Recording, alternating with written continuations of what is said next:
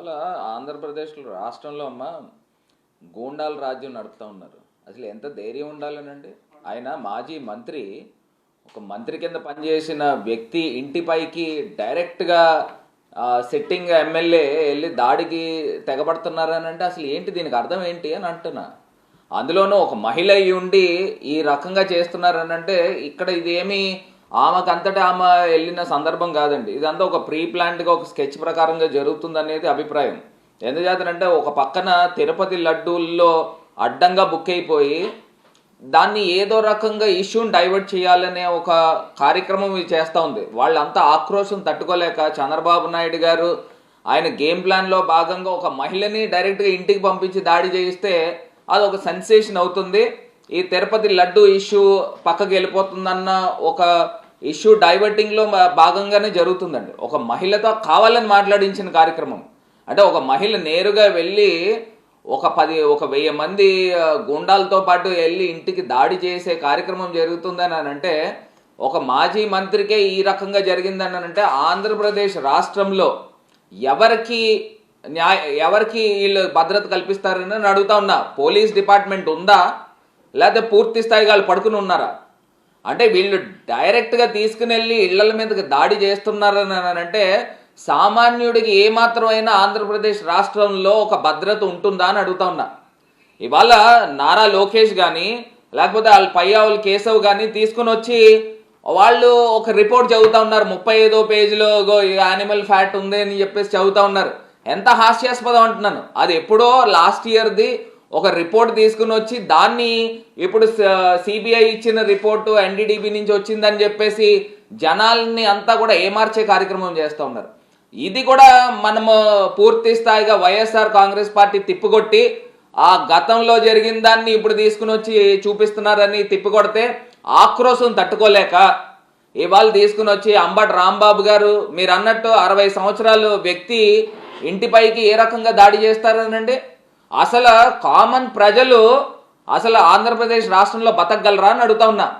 ఇవాళ సామాన్య కార్యకర్తలు చూస్తే అండి మా గ్రామంలో కూడా మా నియోజకవర్గంలో కూడా చాలామంది వీళ్ళు పెట్టే హింస తట్టుకోలేక హైదరాబాద్లోనూ అక్కడ వలస వెళ్ళిపోయి అక్కడ వర్క్స్ చేసుకుంటా ఉన్నారు. అంటే ఈ రకమైన సామాన్య కార్యకర్తలను కూడా వీళ్ళు ఈ రకంగా వేధిస్తూ ఉన్నారు. ఇవాళ ఆంధ్రప్రదేశ్ రాష్ట్రంలో ఒక భయాందోళన క్రియేట్ చేస్తే ఒక మంత్రి ఇంటిపైకి తీసుకెళ్లి దాడి చేస్తే ప్రజలు కూడా ఎవరు నోరెత్తరు. ప్రజలందరూ కూడా నోరెత్తకుండా ఇంట్లో కూర్చుంటారు. ఈ ప్రభుత్వం చేసే వైఫల్యాలను గురించి కూడా ఎవరు ఎత్తి చూపరు అనే ఒక భయాందోళన క్రియేట్ చేయాలనే ఒక వాతావరణంలో ఇవాళ జరుగుతూ ఉంది. చంద్రబాబు నాయుడు గారు మీకు వెన్నతో పెట్టిన విద్య డైవర్షన్ పాలిటిక్స్ చేయడం అనేది గత 40 సంవత్సరాల నుంచి చేస్తూ ఉన్నారు. సాక్షాత్తు పిల్లనిచ్చిన మామని వెన్నుపోటు పొడిచి మీరు అధికారంలోకి వచ్చి ఇవాళ ఈ రకంగా అంబటి రాంబాబు గారి ఇంటిపైకి ఒక మహిళ ఎమ్మెల్యేని పంపించి దాడి చేయిస్తున్నారని అంటే దానికి అర్థం ఏంటండి? ఇది కేవలం ఇప్పుడు వీళ్ళు చేయాలనుకుంటే ఎలాగైనా చేయొచ్చు. ఒక మహిళని ముందర ఫ్రంట్ పేజ్లో పెట్టారు అంటే ఫ్రంట్ పేజ్లో పెడితే ఇదంతా ఒక నేషనల్ న్యూస్ అవుతుంది. ఈ ఇష్యూ అంతా కూడా ఈ తిరుపతి లడ్డు ఎపిసోడ్ అంతా కూడా పక్కకు వెళ్ళిపోతుంది.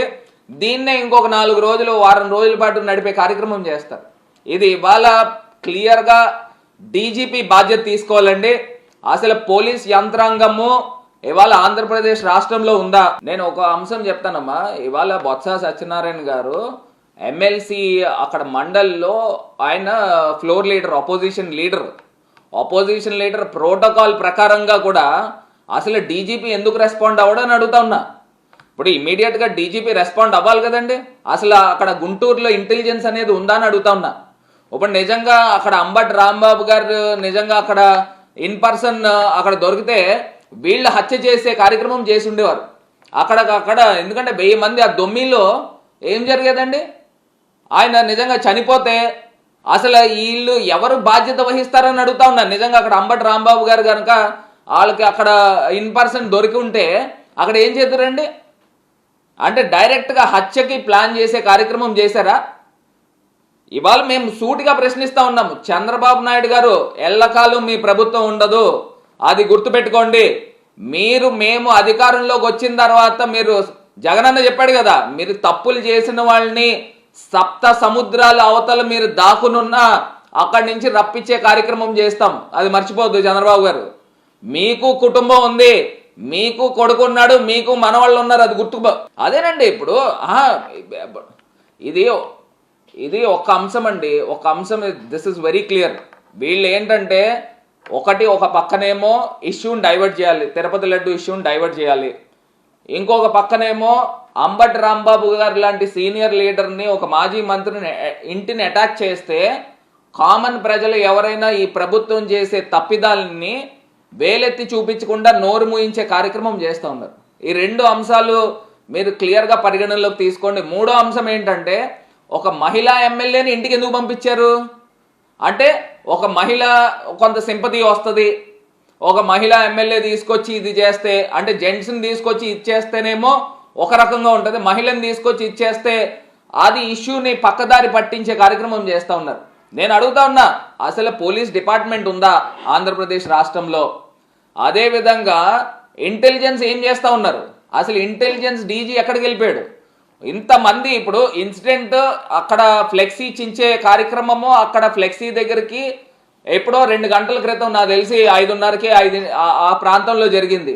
మరి ఇంతమంది ఒక 1000 మంది 1500 మంది పోగయి అక్కడ మాజీ మంత్రి ఇంటి మీదకి దాడికి దొమ్మికి వెళ్ళారన్నారంటే అసలు ఇంటెలిజెన్స్ ఉందా అని అడుగుతా ఉన్నా. నిజంగా అక్కడ అంబటి రాంబాబు గారు ఇన్ పర్సన్ అక్కడ ఆయన అవైలబుల్గా ఉంటుంటే ఆయన చంపేసే కార్యక్రమం చేసిండేవారు. అంటే ఇప్పుడు చంద్రబాబు నాయుడు గారే వాళ్ళ ప్రభుత్వమే హింసని ప్రేరేపిస్తూ ఉన్నారు, అంటే హత్యల్ని ప్రేరేపించే కార్యక్రమం చేస్తూ ఉన్నారు. అసలు ఎక్కడికి వెళ్ళిపోతూ ఉన్నాము? ఆంధ్రప్రదేశ్ రాష్ట్రం అని అంటే అసలు ప్రజలందరూ కూడా ఆంధ్రాలో బతకాలని పూర్వం రోజుల్లో అనుకునేవారు. ఇవాళ ఆంధ్రప్రదేశ్లో వెళ్ళిపోయి పక్క రాష్ట్రాల్లో తలదాచుకునే కార్యక్రమము ఈ ప్రభుత్వం చేస్తూ ఉన్నారు. అసలు నిజంగా చాలా చాలా బాధాకరం. ఎట్టి పరిస్థితుల్లో దీన్ని ఉపేక్షించేది లేదు. వైఎస్ఆర్ కాంగ్రెస్ పార్టీ మేము చాలా సీరియస్గా తీసుకున్నాము.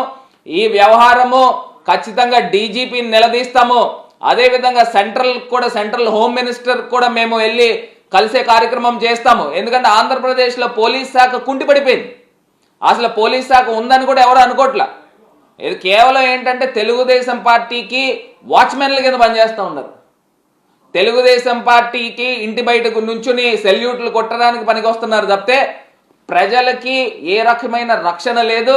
అదేవిధంగా వైఎస్ఆర్ కాంగ్రెస్ పార్టీ నాయకులపైన దాడులకి ప్రేరేపించే కార్యక్రమం కూడా జరుగుతూ ఉంది. ఖచ్చితంగా central home minister Amit Shah గారిని కూడా మా నాయకులందరం కూడా మేము చర్చించుకుని వెళ్ళి సెంట్రల్ కూడా కలుస్తాము.